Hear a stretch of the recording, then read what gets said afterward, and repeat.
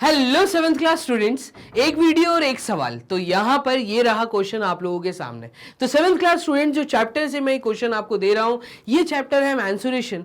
एक अच्छा चैप्टर जहां से आपको डेफिनेटली इस तरह का अगर क्वेश्चन पैरेललोग्राम या रोम्बस से बनता हुआ आया 3 मार्क्स या 4 मार्क्स में, तो वो वैरायटी ये हो सकती है। क्लियर? इस वैरायटी का क्वेश्चन देखिएगा। क्वेश्चन कह रहा है आपको रोम्बस का अगर मैं एरिया बता देता हूं, देखिएगा ये रहा आपका रोम्बस। डन।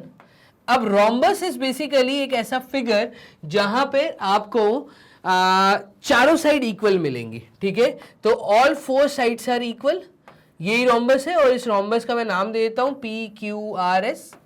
चलिए देखिएगा, PQRS एक रोम्बस है। If the area of the rhombus is 96 centimetre square, अगर ये ऐसा बोल रहा है कि एरिया ऑफ रोम्बस, और रोम्बस का नाम क्योंकि आप दे चुके हैं तो मैं यहां लिख देता हूं PQRS।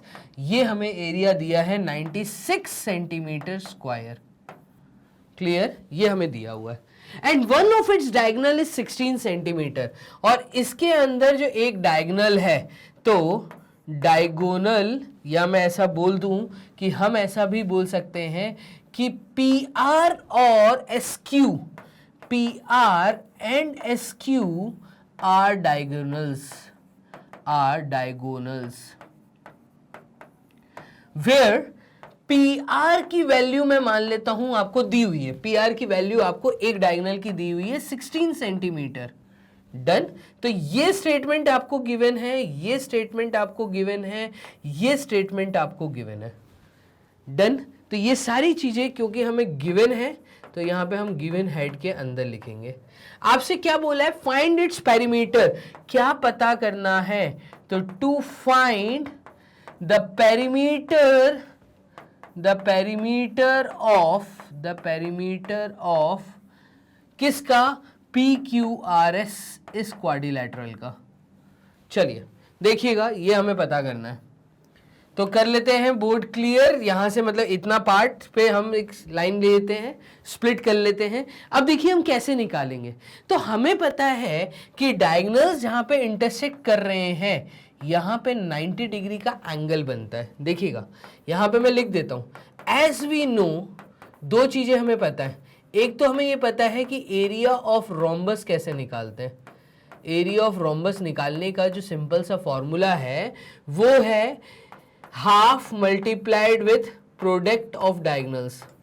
यही है, product of diagonals.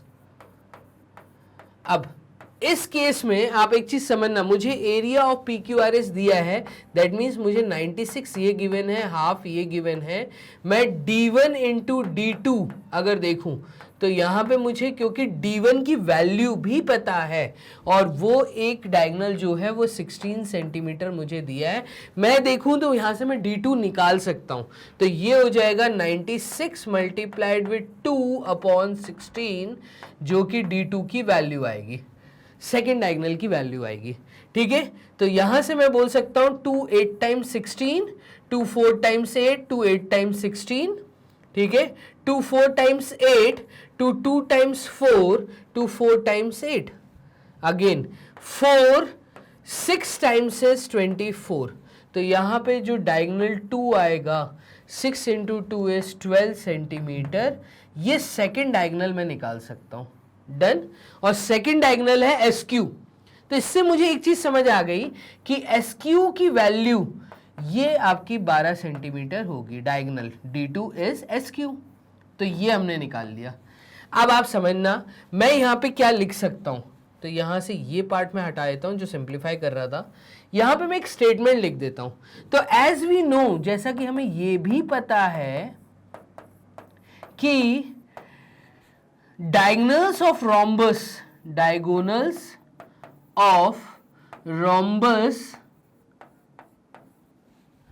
bisect each other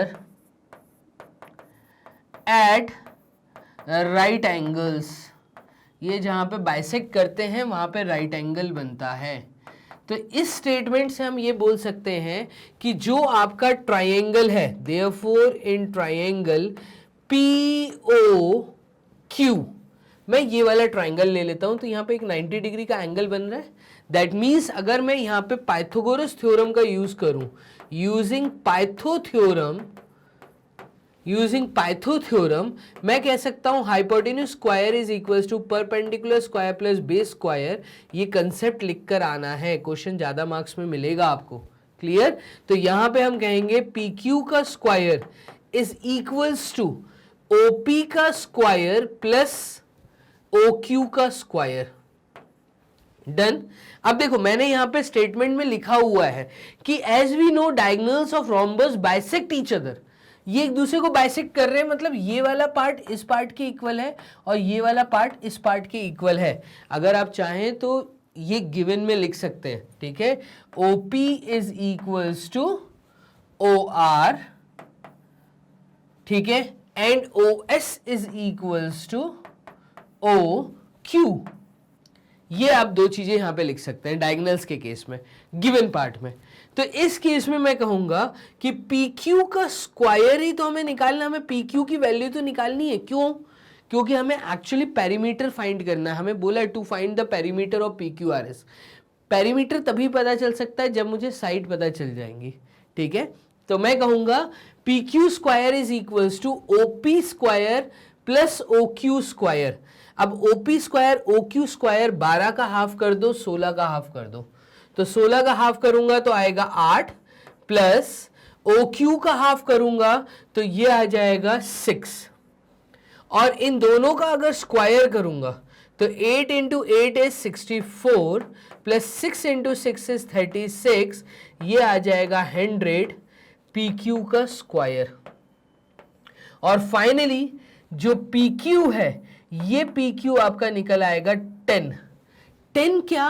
PQ 10 क्या निकल के आएगा? क्योंकि डायगोनल्स के केस में सेंटीमीटर चल रहा था, मैं कहूंगा मेरी PQ साइड भी 10 सेंटीमीटर आ जाएगी। मेन चीज थी ये, और ये हमने निकाल लिया। अब मैं यहां पे पेरीमीटर बता सकता हूं। तो finally the perimeter of this figure, तो इस केस में कहूंगा कि पेरीमीटर क्या निकल के आएगा। तो 4 टाइम्स 10 को अगर मैं ऐड करूं तो ऐसा कर दीजिए कि 4 इंटू 10 कर दीजिए, पेरीमीटर आ जाएगा 40 सेंटीमीटर। और ये था आपका जवाब। इस फिगर का जो पेरीमीटर आएगा वो साइड निकल के आएगी आपकी 40 सेंटीमीटर। चलिए, तो इसी तरह के अच्छे सवाल पाने के लिए आप मैग्नेब्रेन्स को फॉलो करते रहिए। इस तरह के इंपॉर्टेंट क्वेश्चन जो कि स्कूल टेस्ट, स्कूल एग्जाम में आ सकते हैं, यहाँ पे मैग्नेब्रेन्स के प्लेटफॉर्म पे मेरे द्वारा कंप्लीट कराए जा रहे हैं।